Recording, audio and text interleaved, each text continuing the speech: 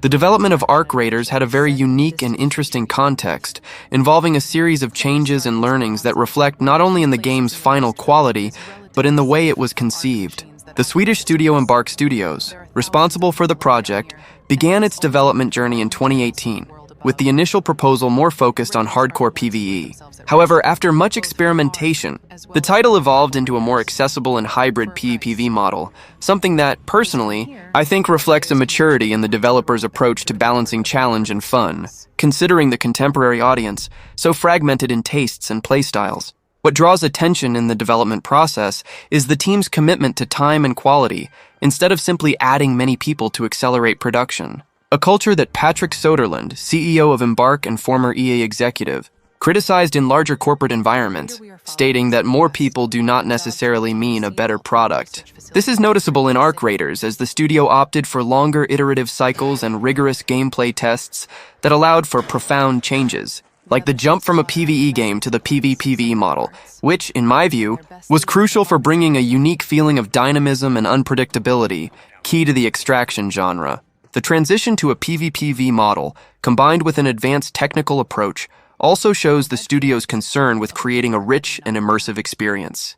They use a complex behavioral AI for the Arc machines, which react dynamically to the player's actions, creating an almost organic feeling of a hostile environment, which is not just an obstacle but a key element of the narrative and gameplay. This use of AI allows for a level of challenge and unpredictability that I consider quite innovative and positive for the genre, distancing itself from the easily predictable. Another fundamental point in the development was the technology employed, especially the use of new GPU generations like NVIDIA's RTX 50 series, which provide significant improvements in global illumination via ray tracing, DLSS 4 for performance, and NVIDIA Reflex for latency reduction.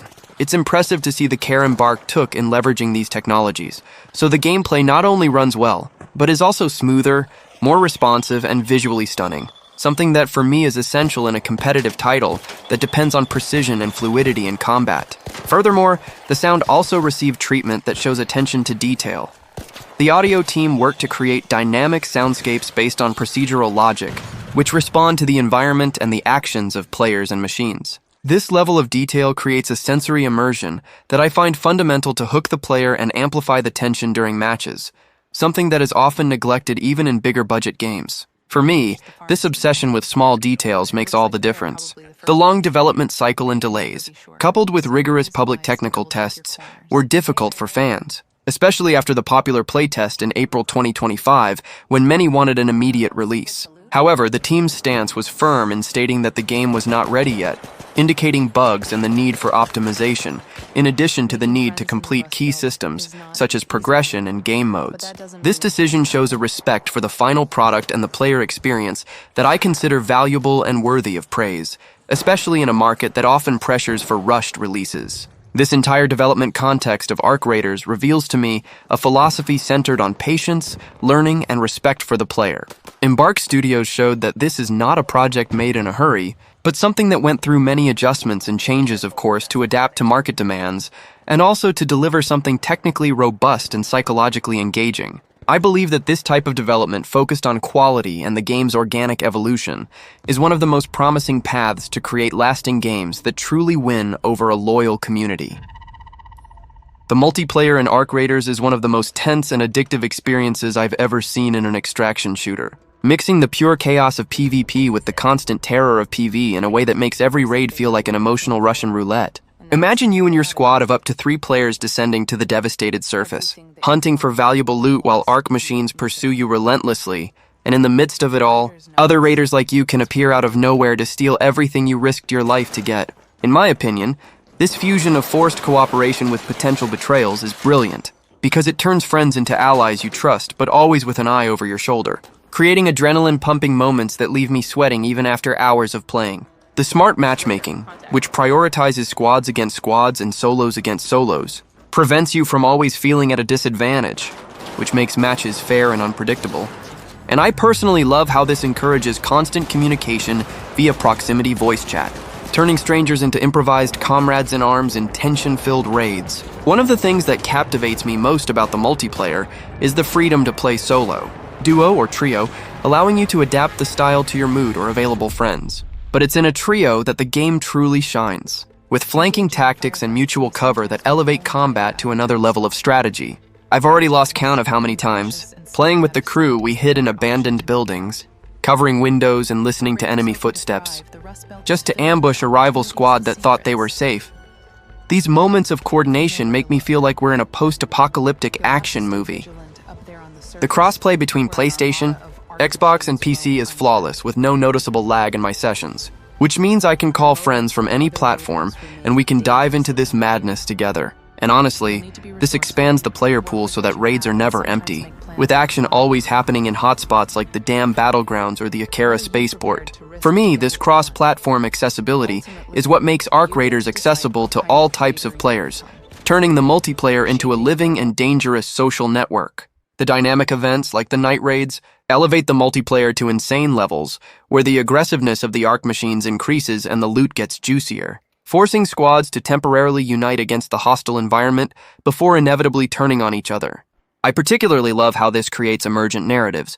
In a recent night raid, my duo and I allied with a random squad to take down a mechanical boss, only to fiercely fight over the extract at the end. It was chaotic, hilarious, and addictive, highlighting how PvPv isn't just about shooting, but about quick decisions that define ephemeral alliances. The duration of each raid, around 30 minutes, is perfect in my view, keeping the pace frantic without being tiring, and the extraction options via elevators, metro stations, or locked hatches with keys add layers of risk, where positioning yourself near an evac point can mean both salvation and a deadly ambush. This structure makes every multiplayer match unique, full of twists that leave me anxious for the next drop. Although there is no pure PV mode at launch, the multiplayer is still dominated by cooperative elements against the Arc, which in my opinion saves the game from being just another soulless battle royale, giving depth to the PvP with AI enemies that force strategy instead of random shootouts. Playing solo, I feel my heart racing as I sneak through zones like the Buried City, avoiding both robots and noisy raiders, and it reminds me of the old days of survival games where paranoia was the real villain. It's refreshing and personally cathartic, especially when you extract with epic loot after an epic solo escape. Communication via emotes and callouts is crucial for solos who want to signal friendly to other players. And I've seen this work in matches where trios hesitated to shoot, creating openings for miraculous escapes. For me, this adds a human touch to the multiplayer, making it less about kill streaks and more about shared survival stories. The loot system in multiplayer is another highlight that wins me over, with basic materials guaranteed by the companion Scrappy the Rooster at the base, allowing you to focus on high-tier weapons and gadgets during raids, which brilliantly balances risk and reward. I love customizing loadouts before dropping in, choosing between versatile playstyles like Stealth Sniper or Aggressive Assaulter, and seeing how it affects interactions with rival squads. In one session, my choice of hacking gadgets allowed me to disable arc turrets and turn the tide against a trio that was hunting me, proving that the multiplayer rewards creativity over pure aiming skill. The game's evolution from a pure PvP co-op to this PvPv extraction leaves me divided, but in the end, I think it was the best choice, because it adds layers of social tension that an AI-only mode would never capture, turning raids into multiplayer narratives full of betrayals and heroism. Playing with regular friends, cooperation becomes the heart of the experience. With quick revives and a generous TTK that forgive rookie mistakes but still punish severe carelessness, I remember a raid where I saved my duo from an arc ambush only for us to lose everything in a final PvP fight. And that generated laughs and lessons that strengthened the group's bond. The developers at Embark Studios hit the nail on the head by prioritizing balance between co-op and competitive, and personally, I'm rooting for PvE-only events in the future based on feedback, but for now, the current multiplayer is enough to get me hooked for entire nights of sessions.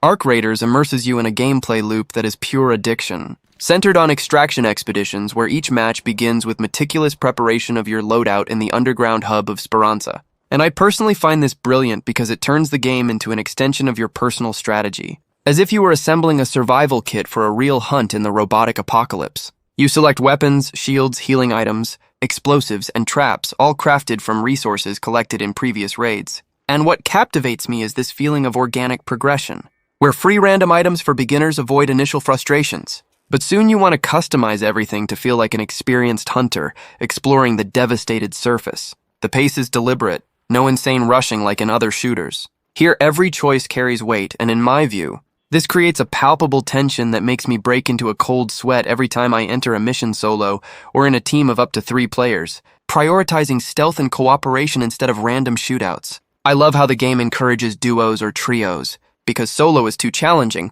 but with friends, ambushes become epic moments of synergy, where one distracts the robots while the other loots. And this reminds me why I love games that value teamwork without forcing it.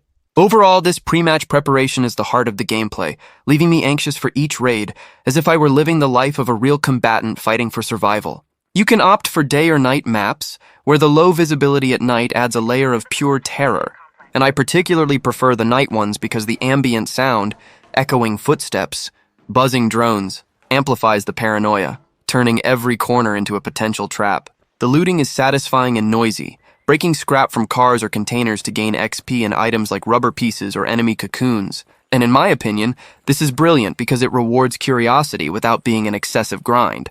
But it demands caution so as not to attract the ARC machines with the noise.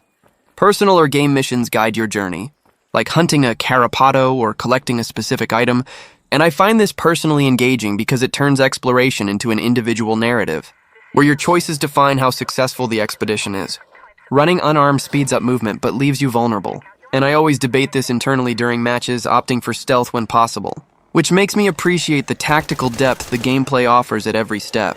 The combats against the ARC machines are the highlight of the gameplay for me, with varied enemies like the Vespa that shoots submachine guns and electric shocks, or the imposing Baluarde that tanks damage like no other, requiring you to exploit weak points to take them down efficiently. Each robot has specific weaknesses like eyes or joints, and I love this mechanic because it turns fights into tactical puzzles, where aiming right with your customized weapon can turn the tide, leaving me with that "I did it" euphoria after eliminating an aggressive mechanical spider. The high todec means shootouts don't end in seconds. You need cover grenades, or coordination with allies to flank, and in my personal view, this elevates the combat above the generic, creating moments of tension where one mistake is costly, but victory is incredibly rewarding. Weapons like rifles or melee axes add variety, and I particularly enjoy melee for silent looting, feeling like a stealth predator in a hostile robotic ecosystem.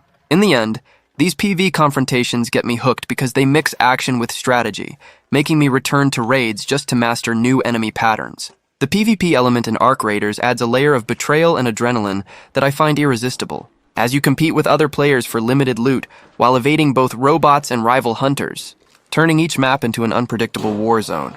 Confrontations between players are rare but intense, with sound giving away positions. A shot echoes and reveals everything.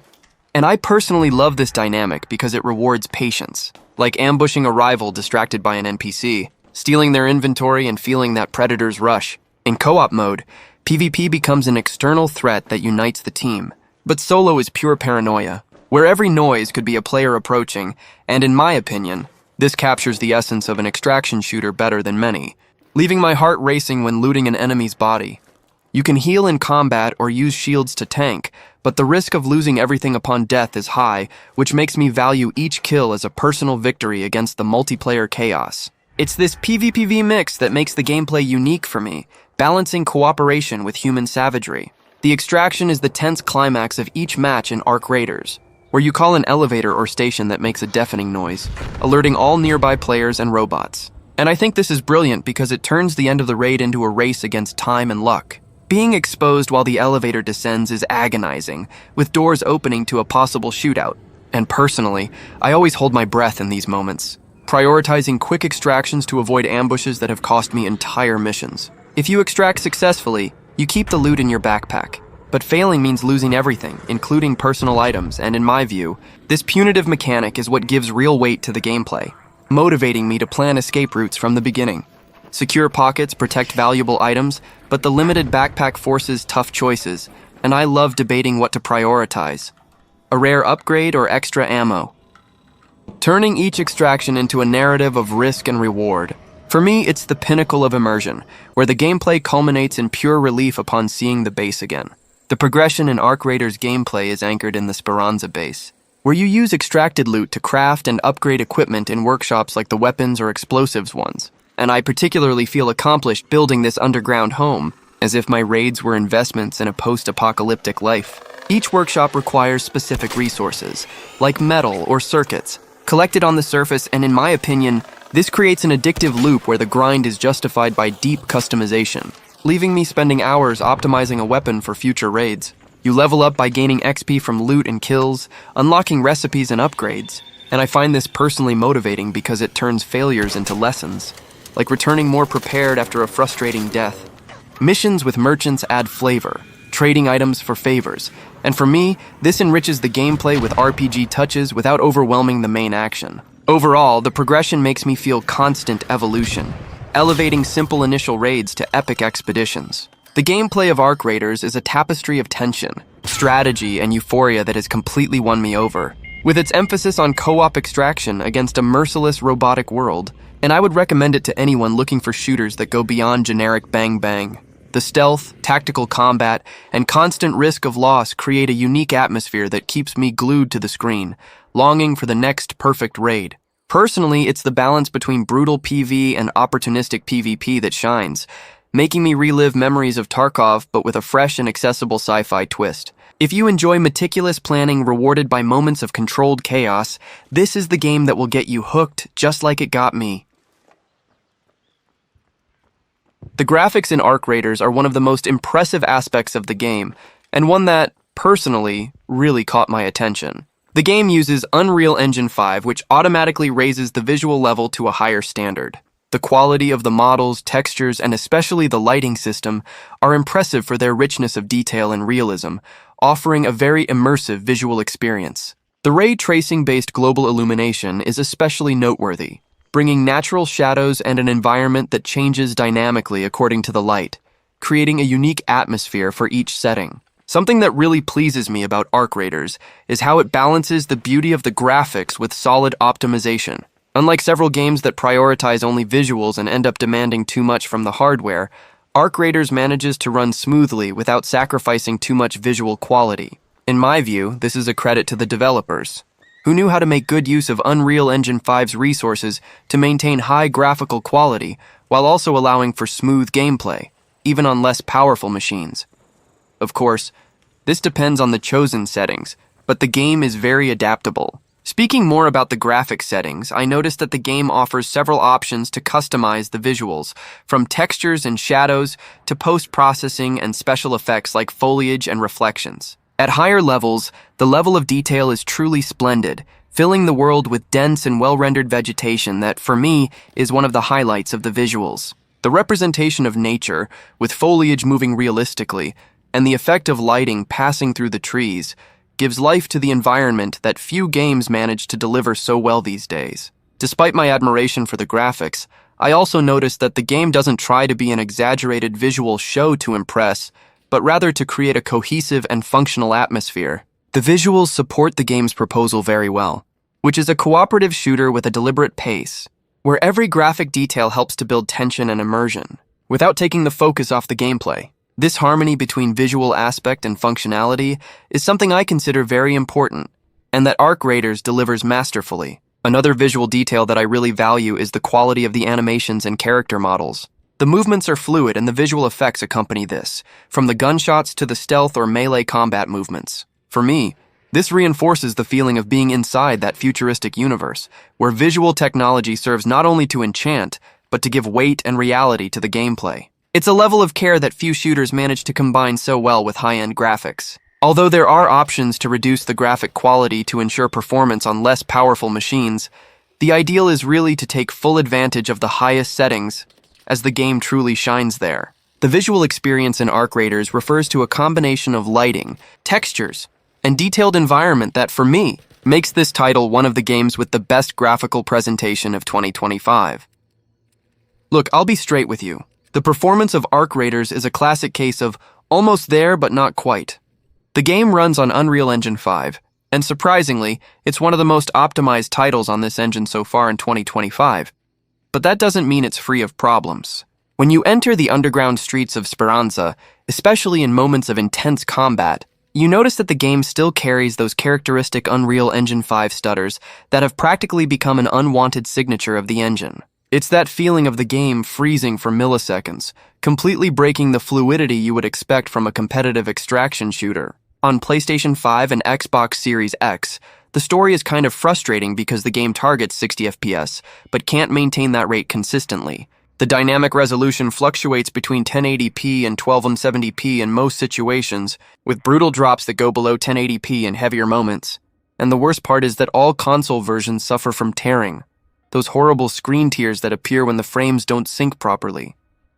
If you have a TV with VR activated, you can mitigate this problem a lot, but if you don't, prepare for a very uncomfortable visual experience in certain situations. The PS5 Pro even improves some graphical aspects like vegetation, rendering distance, and global illumination, getting close to the high settings on PC, but it still faces the same problems with frame rate stability and nighttime graphical bugs that sometimes only get fixed by restarting the game. On PC, the experience is visibly superior if you have a decent graphics card, especially NVIDIA cards that benefit from ArtGI for global illumination, making the game look much better visually. However, and here comes the frustrating part.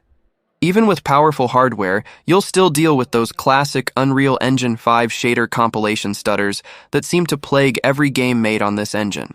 It's infuriating because you can be running at 120 FPS and suddenly get a sharp hiccup that throws you out of the immersion, especially in critical combat moments where every millisecond counts. Embark Studios released several optimizations, and NVIDIA even released a specific driver to improve performance. But the problem seems to be more structural to the engine than something patches can completely fix. For those with more modest PCs, the situation demands heavy adjustments to the graphics settings if you want to play with any fluidity. Setting everything to low, disabling motion blur, reducing shadows, textures, and especially post-processing are practically mandatory to get a decent frame rate. The game is extremely CPU intensive, so if you have several programs running in the background, forget about it. It will lag more than it should. The good news is that even with everything on low, the game still looks visually acceptable thanks to AMD's FSR 3, which helps a lot to maintain visual quality without murdering performance. But you definitely lose that wow factor graphic that Unreal Engine 5 promises. What bothers me deeply is that Arc Raiders had everything to be an optimization benchmark. Considering that Embark Studios already has solid experience with Unreal Engine 5 through the game The Finals. But it seems the engine has limitations that not even the most experienced developers can completely overcome. The harsh truth is that Arc Raiders still needs a lot of technical work before its official launch. Yes, it's impressive that Embark managed to make an Unreal Engine 5 game run relatively well compared to other disasters in the genre, but relatively well shouldn't be the standard we accept in 2025. The game has absurd potential. The gameplay is solid and different from Marathon, which is pretty mediocre. But these technical performance issues could end up killing the player base if they aren't resolved before the full launch. At the end of the day, if you have a top-of-the-line PC with an RTX 40 or 50 series, an AMD card with FSR 3, plenty of RAM, and a strong processor, you'll have an acceptable experience. Maybe even a good one if you can ignore the occasional stutters. If you're on PS5 or Xbox Series X, prepare to accept an unstable frame rate and tearing unless you have VR, and hope that Embark releases heavy patches before the official launch.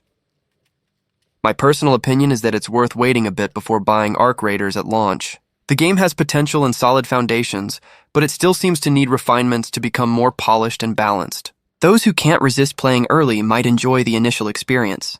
But to avoid frustrations, it's better to wait a few months for the game to receive important updates and for the community to become more established. Arc Raiders is mainly indicated for players who already like the extraction shooter genre, like fans of Escape from Tarkov, Hunt Showdown, or even games like Fortnite that mix PvE with PvP in a tense and strategic environment. Players looking for a game accessible to various skill levels and who enjoy progression and crafting will find something aligned here. But those who prefer something more casual or original might not feel as drawn to it. If you want a game with impactful visuals, constant challenges, intense and strategic shooting gameplay, Arc Raiders could be a good bet, as long as you are prepared for a learning curve and possible initial adjustments. If you're looking for something more innovative or prefer to wait for more polished versions, the launch might be a bit frustrating. My recommendation is that the game is worth it, but with caveats. If you have the patience to follow the post-launch development and to get used to the style and its demands, you will find a fun experience. If you don't want to take risks or get frustrated with a launch that could still change a lot, wait for an update and adjustment window before investing. This more cautious stance avoids headaches and allows you to better enjoy the best that Arc Raiders has to offer. Well, that was the video. I hope you liked it and see you next time.